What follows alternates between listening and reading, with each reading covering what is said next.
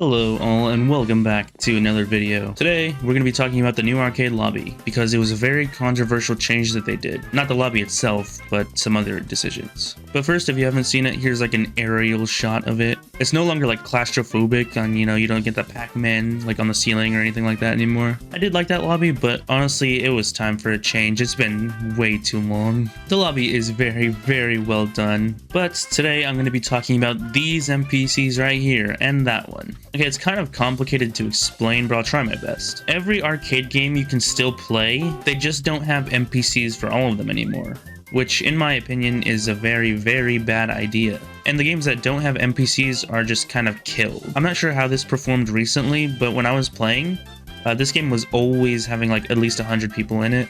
But yeah, from what I understand, these three NPCs will always be here because these were quote-unquote the most popular arcade games. Except Dropper, I think it's just here because it's just got released into the arcade. And there's two sets of NPCs on the ends right here. But these NPCs on the ends here rotate games once per day. They kind of tiered the games into least popular, kind of medium popular, and super popular.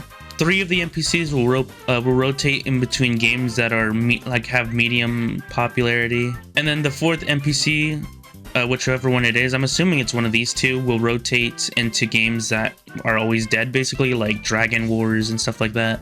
I actually can't tell which one's supposed to be the dead NPC, which is actually really good and shows that the system is actually working, right?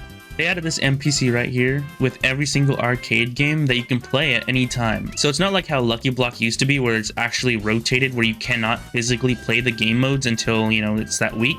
You can play these games no matter the time, except they're all kind of dead now because they're not featured. So if you want to play Hypixel Says, you can go in and play Hypixel Says. And Capture the Wool also is like dead now. The last I knew, Capture the Wool was one of the more popular ones with over 100 people in it. Same with Hypixel Says, and now they're not looking too good. I'm not sure if this is an update thing or if it's like a school thing though, so don't take my word for that. They also added these arcade games.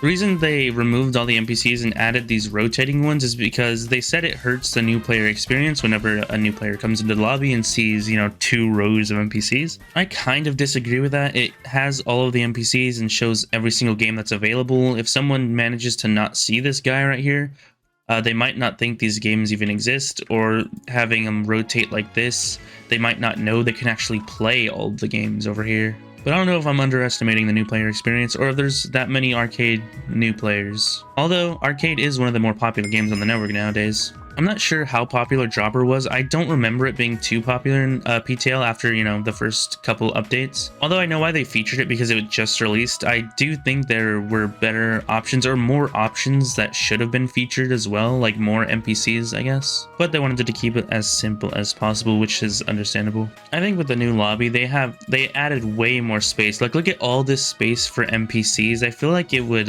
make more sense to have them all now. In the old lobby, they were kind of cramped, but since they have way more room now, I feel like it would be better. I don't know. Or like kind of like Smash Heroes where you select your hero. You can have like, I guess, layers, like stairs, and then have them on higher, I guess, pillars so they can see all the games from right here when they spawn in.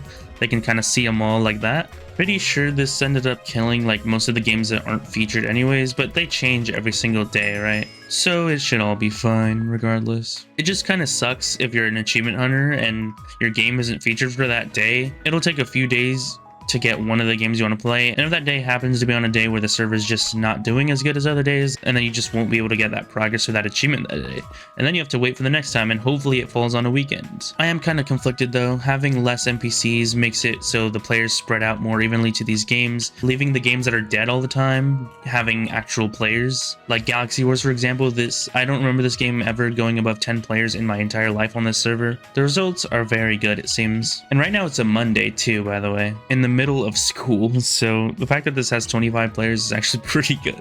Of course, I'll have to check the weekends to see what the player counts look like for these featured games here. And at first, honestly, I really didn't like it because of the reasons I said before, like Hypixel says, and other games I love to play are just dead now. But seeing the player counts for these games, I'm actually kind of glad because they seem to be rising in player count, especially Pixel Party. Once it got pushed to arcade, I don't remember it doing too good at all, especially, oh yeah, this mode is still dead. But same with like the normal mode, it was getting like 20 players from what I would notice and when I'd want to play it. And now it has 66, which is a huge improvement. So yeah, let me know what you guys think below.